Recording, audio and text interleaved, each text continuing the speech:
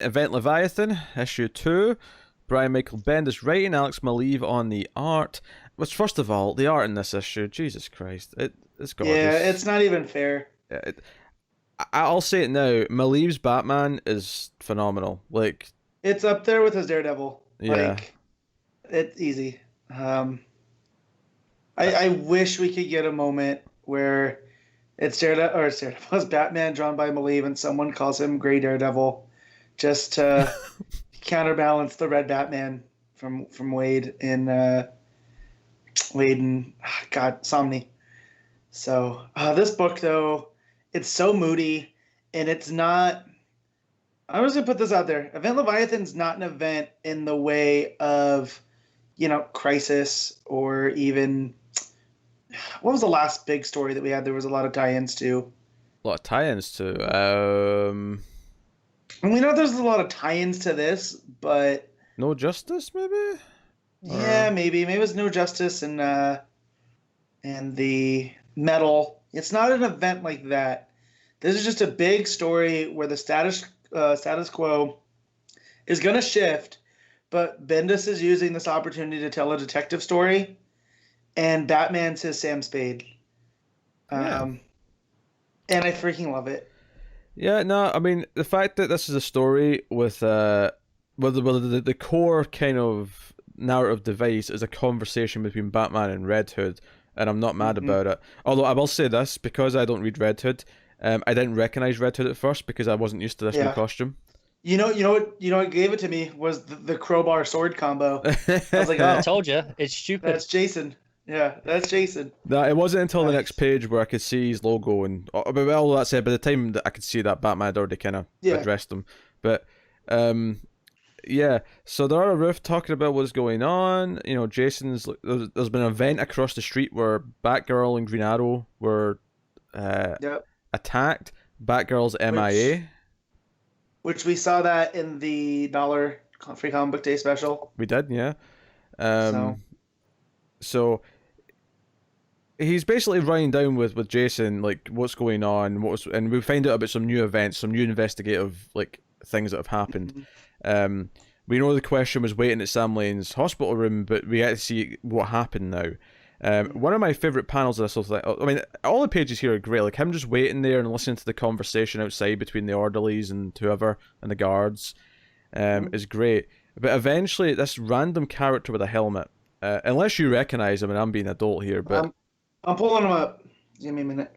yeah, but this dude in this sort of gladiator-esque helmet walks in, Yeah. and it's so like in the shadows and dark, and it turns out of this fight with Question. Mhm. It's so good, and Sam Lame actually wakes up and shoots the guy and kills him, and then tries to shoot Question. Yeah. And so much stuff. I love how once the shot happens and the flash happens and there's blood, a lot of red and oranges start creeping into the colors. Because before that point in all these scenes, it's all like dark blues and greens and just all these deep cold tones. And then all of a sudden, these reds start to fill up the pages. Well, and it's also when Leviathan shows up and his main motif is red. yeah. So there's a shift. No, this character is Casey Clubba, and is just he's been in the animated series.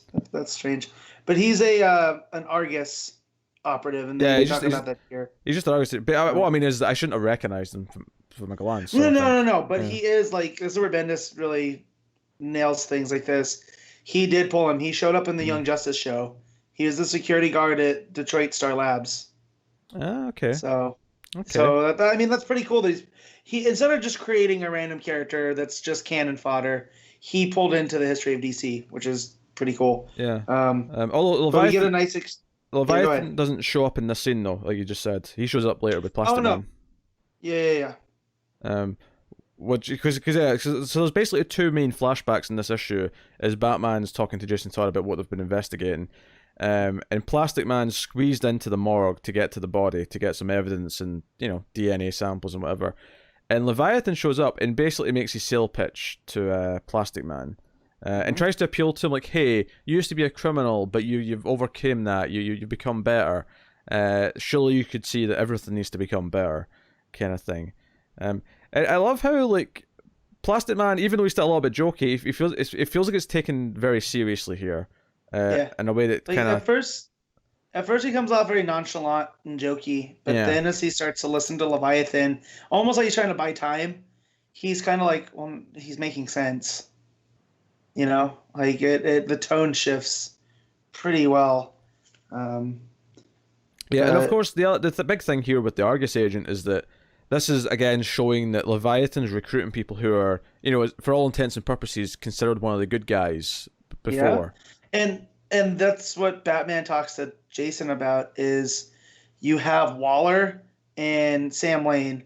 And this is something I might have missed, but they've taken Sam Lane from being an army general to like the CIA director.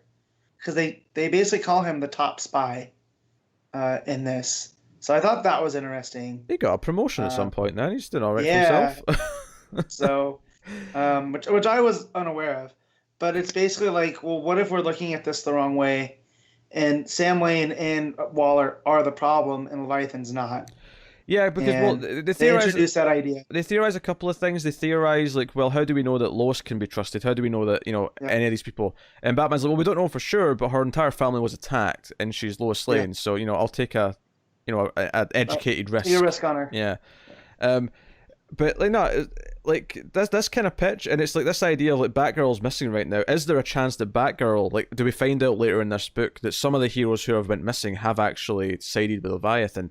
And one of the interesting exchanges for me in this Plastic Man scene is that, he says, "Who are you?" to Leviathan, and he says, "You know who I am." So we are going to get a reveal of who this is, and it's going to be someone that the characters know.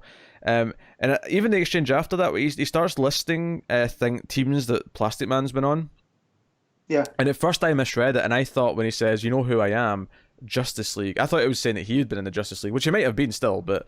well, I think that's the point of that scene, is it's a little bit of a breadcrumb. It could be a red herring, right? But then he also says the All-Star Squadron, the Freedom Fighters. Now, up until recently, you can't have the All-Star Squadron without the Justice Society, all right?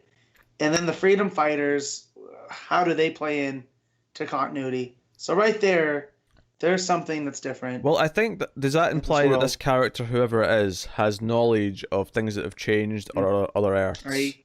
I think so. Because as of right now, the Freedom Fighters are only on Earth 10, well, Earth X. So unless things have changed and we don't know quite yet. Same with the All-Star Squadron. That was, a post-Justice Society team. And then you get into the Secret Six, the Terrifics, the FBI. So that's telling me that he knows Plastic Man, or they know Plastic Man, and that maybe in this continuity, the All-Star Squadron and Freedom Fighters are not where we think they are, right? Because he finishes those with teams that we know Plastic Man was involved with. So, although when was he part of the Secret Six? I thought that was Elongated Man, but who knows? At this point, continuity be wonky. Yeah. They've merged them. He's both now. Yeah. I hope not, because I much prefer Ralph. Yeah. So basically, Steve's like, okay, so you must have like a number one. I mean, you've got all these suspects. You sort of went through the list. You must have a number one suspect. And then the reveal at the end is because he's looking across the street through his binoculars. Batman's like up in the ledge behind him, and he's like, yes, we do have a number one suspect. And he turns around and he's brought all the detectives. We've got Lois, we got Manhunter, we got Question, we got Plastic Man, we got Damian, and we got Green Arrow, all standing like to take down Jason. So the issue ends with Jason running and them all running after him. So he's the lead suspect. Here's the thing: they bring up Roy in this, and that Jason lost his best friend. Mm-hmm. So there's that. There's a clue as well. They want us thinking about that. You think it's Roy? Roy's back from the dead and he's Leviathan. No, but I do think that they're priming us for something. Remember, Roy was the only real casualty of Heroes in Crisis. So, well, I mean, physically, I'd argue Wally's a casualty, just not in the same traditional way. I'm talking about, like, there were funerals for Roy. We didn't. Any of the other characters that died there, we didn't get funerals for. Well, no one cares about Lagoon Boy. I care about Lagoon Boy. Citizen Steel. You know, like, come on. Yeah, no, I like it. Obviously, I like this issue a lot, and I think them obviously going down this Jason path just now basically confirms to me that it's not Jason, but we're we're investigating and we're going down it. I kind of like how both issue 1 and 2 so far have been very much about people meeting in secret in the dark and talking about what's been going on, and we're finding out things in hindsight. I think that works for this story because it is meant to be this spy noir kind of thing. And I love it. And like he's doing spy stuff that I thought only Rucka was really adept at, right? Yeah. Like Bendis, we've seen it from time to time, but that's not his bread and butter. You know, he does really well out in the sunlight on these big stories, but the fact that he's reining it in and it is very focused so far. Like outside of the Leviathan special, it's really been focused on this group of characters. Yeah. You know. So. And I like the idea that Batman was the one talking to Jason this issue because it was someone who obviously connects with Batman, right? But I wonder if like next issue we get another character talk, or maybe Batman will always be the center character and having the conversation, and the flashbacks he's talking about will always be the others. And that's what I meant by he's Sam Spade. Like you watch those noir movies, that's Sam Spade's role is almost he never knows more than the audience does, and that's where I feel Batman's here, and that's when I like Batman. I like it when he's asking questions that he doesn't know the answer to instead of always knowing what's going on a step ahead of whoever. So, but yeah, him in that detective role, I can really get behind. Yeah, I never got that reference though. I'm a younger man than you, Matt. Sorry. Yeah, it's only by 4 years. It's Humphrey Bogart, Sam Spade, Dashiell Hammett books. Come on, man. What are we rating Event Leviathan issue 2, Matt? I'm giving this a 9.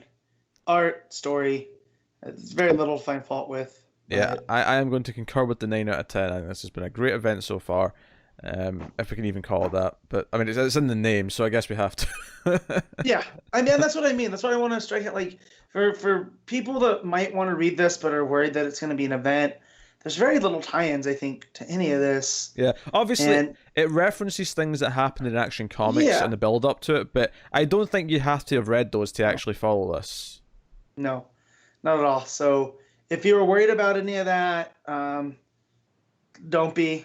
I would go back and start again. Get the special, and then get issue 1, and you'll be good to go.